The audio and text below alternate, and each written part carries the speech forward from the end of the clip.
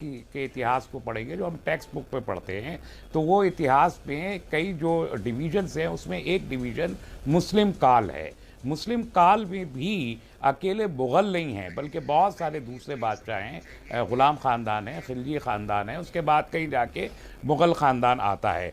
और मुग़ल ख़ानदान ने अगर यहाँ पर रूल 600 साल के करीब किया है, 550 बाकी और लोगों का काल है, तो उस काल में अगर इतने ज़्यादा जालिम थे मुग़ल, जितना कि मुंतशिर जी बता रहे हैं, और वो कुछ किताबों का जो ऑब्वियसली वो एक पर्टिकुलर माइंडसेट की लिखी हुई किताबें हैं, 2-3 स्ट्रीम्स हैं जो किताबें लिखती है, एक ये स्ट्रीम है, एक दूसरी स्ट्रीम भी है। तारीख़ बहरहाल अबिट होती है, एक बार जो तारीख़ में घट गया वो घट गया, उसे कोई भी ना मैं बदल सकता हूँ ना मुंतशिर बदल सकते हैं। तो अगर इतने ज़्यादा जालिम थे तो फिर हिंदुस्तान में आज की तारीख़ में इतना इमिग्रेशन, इलीगल इमिग्रेशन, सब कुछ मिला जुला के भी 17% से ज़्यादा मुसलमान नहीं हो सके।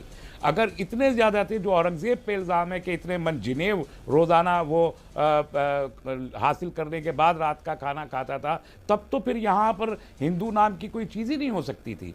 मुंतशिर साहब और उनका पूरा का पूरा ख़ानदान या हम में से कोई हिंदू यहाँ पाया ही नहीं जाता। यहाँ तो सारे के सारे मुसलमान होते हैं, जैसे मलेशिया में है, जैसे इंडोनेशिया में है, जैसे सऊदी अरब में है, जैसे ईरान में है, सब के सब मुसलमान हो जाते। अगर वो नहीं हुआ और एक आर्ट, एक कल्चर, एक सिविलाइजेशन, एक तहजीब, आज मैं कहता हूँ, बहुत खुल के कहता हूँ, बिला खौफ तरदीद कहता हूँ कि हिंदुस्तान में से मुस्लिम सिविलाइजेशन एंड कल्चर को अगर कोई निकालना चाहता है, अगर ये ख्वाहिश है, तो उसको अपनी रगों से खून निकाल के फेंकना पड़ेगा। इसलिए कि लिबास का तरीक़ा, खाने पीने का तरीक़ा, मकान बनाने का तरीक़ा, ज़बान बोलने का तरीक़ा, सब कुछ तो यहाँ मुसलमानों ने, फिर राष्ट्र का कॉन्सेप्ट, जितना बड़ा राष्ट्र यहाँ पर बनाया, एक सिंगल राष्ट्र, बर्मा से लेकर अफ़गानिस्तान तक, हिंदुस्तान की 10,000 साल की तारीख में मिलता नहीं। रूलिंग का पूरा कॉन्सेप्ट, एक लार्ज एरिया को और उसके साथ में लगान का जो सिस्टम कायम किया। यहाँ पर जो आप साउथ इंडिया की बात कर रहे हैं, साउथ इंडिया में भी मुसलमान रहे हैं। साउथ इंडिया में मुसलमान रूलर कितनी बड़ी तादाद में आप जानते हैं। एक ही नाम टीपू सुल्तान है, जो केरल में जिस अपर कास्ट में वहां पर औरतों को ब्लाउज पहनने की इजाजत नहीं दी थी। मुझे इस बात से मुझे आप सुनिए यहाँ पर मुगलों को लेकर आप दोनों ने अपनी अपनी बातें रख ली। एक तो मुगल किसी, मैं ये कह रही हूँ जो आक्रांता है उसे आक्रांता कहने में दिक्कत क्या है? तस्लीम रहमानी साहब, मेरे घर में अगर कोई नहीं, क्यों गलत नहीं है? मेरा घर है, मेरे घर में कोई अगर घुसेगा और फिर वो बोलेगा रुबिका ऐसा है, आज मैं किचन में खाना बना रहा हूँ, ये खाना तुमको भी दूंगा। अरे भाई, वो किचन मेरा है, वो घर मेरा है, तुम आकर कह रहे हो कि तुम मुझ पर राज करोगे और मैं तुम्हें आका मानूं। क्यों मानूं? तुम आक्रांता हो, तुम मेरे घर में घुसे हो, मैं तुम्हारे घर में नहीं घुसी हूं। ये सिंपल है कि नहीं है? ये बेसिक है कि नहीं है? आप हिंदुत्व की आइडियोलॉजी को, आप हिंदुत्व की आइडियोलॉजी को परसू करना चाहती हैं, जरूर करें। मैं एबीसी की बात कर रही हूं, लेकिन ये और इसीलिए मैं तारीख सलीम शाही, देश की तारीख का शब्द नहीं है। और नहीं, आप कह रहे हैं इतिहासकार। सुनिए ना, मेरी बात सुनिए, मेरी बात सुनिए आप। मैं कह रही हूँ किसी और इतिहासकार की बात मत कीजिए, जहांगीर की बात कीजिए। आप लोग कहते हैं कि सभ्यता उन्होंने ही सिखाई है, तो फिर ये इतने खूबसूरत मंदिर जिनका जिक्र आज तक नहीं हुआ था, और ये थैंक्स टू ऑल दिस वामपंथी राइटर्स जो ये आइडियोलॉजी लेकर चलते हैं कि हमें उन खूबसूरत मंदिरों, उनके आर्किटेक्ट के बारे में कभी पता नहीं चला है। आप कह रहे हैं इन लोगों ने आकर हमें सिखाया है। इससे पहले हिंदुस्तान कुछ भी नहीं था, इससे पहले संस्कृति कुछ भी नहीं थी। बताइए ना। अरे हाँ भाई साहब, आप चिकन ले आए, आप आलू ले आए, आप मुर्गा ले आए, आप बकरा ले आए। तो सुनिए सर, हिंदुस्तान ने तो किसी पर आक्रमण नहीं किया, पर अमेरिका का योग आज पहुंच गया ना। अमेरिका, सॉरी, हिंदुस्तान का योग पहुंच गया ना अमेरिका, तो आ जाता यहाँ भी। अरे आपकी क्यूजीन जो है, मुगलों के खाने का तरीका आ जाता ना सर। आज सोशल मीडिया है, पहुंचा ना, हिंदुस्तान का योग पहुंचा, बगैर आक्रमण किए अमेरिका पर पहुंचा कि नहीं पहुंचा? तस्लीम रहमानी साहब मुझे बताइए, पहुंचा कि नहीं पहुंचा? योग कहाँ पहुंचा? आप अब बताइए मुझे, अशुबेग क्यों होता था और अशुबेग किसके लिए होता था?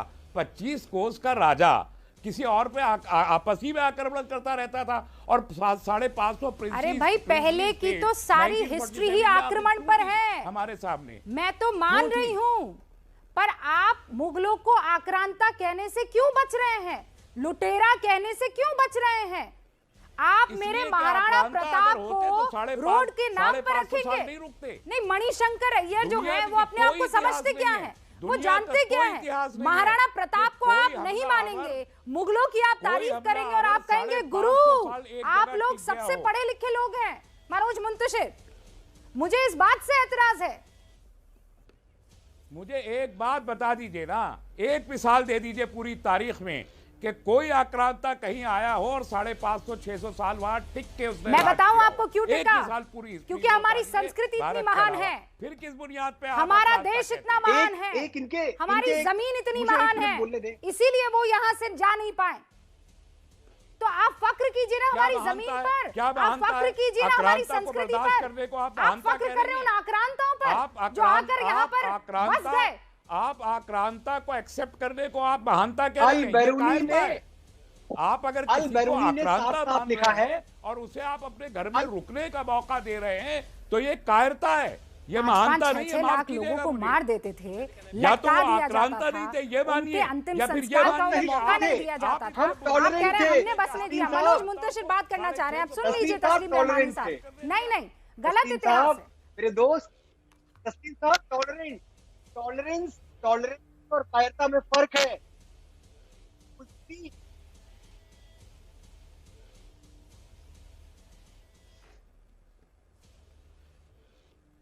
बुज़दिली में और सहिष्णुता में, टॉलरेंस में फर्क है। अल बैरूनी, जिसकी किताब को आप लोग सर माथे से लगाते हैं, अल बैरूनी ने साफ साफ लिखा था कि पूरी दुनिया में जितनी कौमें हैं उसमें हिंदू से ज्यादा टॉलरेंट कौम कोई और नहीं है। ये हर मजहब का सम्मान करते हैं। ये अल बैरूनी ने लिखा था, ये मनोज मुंतशिर ने नहीं लिखा था। एक बात मैं आपको और कहूंगा, कभी ये जो बार बार कहते हैं ना कि इन्होंने तो घर मान लिया अपना, ये तो कहीं गए ही नहीं। सावरकर ने कॉलोनियल पावर माना है मुगलों को, और ये कॉलोनियल पावर थे, खाली इनको कॉलोनियल पावर के तौर पर ट्रीट नहीं किया गया। इनकी जो पूरी की पूरी लॉयल्टीज थी ना, वो फरगाना की तरफ थी जहां से बाबर आया था। इनकी पूरी लॉयल्टीज अरब की तरफ थी, उज्बेकिस्तान की तरफ थी, और अकबर तक के जमाने में इस बात के सबूत मिलते हैं कि बाकायदा यहां का पैसा, यहां का सोना वहां भेजा जाता रहा। और नए जमाने में आइए, और ये बात ध्यान से सुनिए जितने भी लोग बैठे हुए हैं, अल्लामा इकबाल को तो आप पता नहीं क्या समझते हैं और कैसे कैसे उनको आपने उपमान दे रखे हैं। अल्लामा इकबाल का एक शेर आपको मैं पढ़ के सुनाता हूं। हो जाए इशारा अगर शाह खुरासन का, शाह खुरासन वो इलाका है जो ईस्ट इराक और वेस्टर्न अफगानिस्तान के बीच का इलाका है, इसको खुरासन कहते हैं। अल्लामा इकबाल कह रहे हैं कि हो जाए इशारा अगर शाह खुरासन का, सजदा ना करूं हिंद की नापाक जमीन पर। हिंद की जमीन को नापाक बता रहा है ये आदमी, अल्लामा इकबाल। और आप मुझे ये बताने वाले हैं कि आपने और आपके मुगलों ने बड़ी मोहब्बत से इस मुल्क की मिट्टी को सराखों से लगाया है। जागिए, और आप नहीं जागेंगे ना, हम जाग चुके हैं। और मतलब ये कतई नहीं है तस्लीम साहब या जो भी मेरे साथ पैनल में लोग बैठे हुए हैं कि हम हिंदुस्तानी कोई एंटी इस्लामिक हैं, बिल्कुल नहीं है। इस देश का कोई हिंदू एंटी इस्लामिक नहीं है। हम एंटी मुगल हैं और हम जिंदगी भर एंटी मुगल रहेंगे। एक बात आप समझ लीजिए, कुछ ट्रबल्ड हिस्ट्री रही है, हमारा पास्ट, हमारा अतीत बहुत मुश्किलों से भरा हुआ रहा है। एक बार उसके बारे में बात कीजिए, उसको अंडर द रग खिसका के कारपेट के नीचे डाल के आप दबा नहीं सकते। हमसे बात कीजिए, हम बात करेंगे जो पुरानी बातें हैं। इसीलिए आपसे रुबिका बार बार कह रही है कि आक्रांता को आक्रांता मानने में शर्मिंदगी कैसी? आपकी कौन सी वफादारियां, कौन सी लॉयल्टी जुड़ी हुई है जो आप अकबर को डकैत नहीं मान सकते, उसको आक्रमणकारी नहीं मान सकते?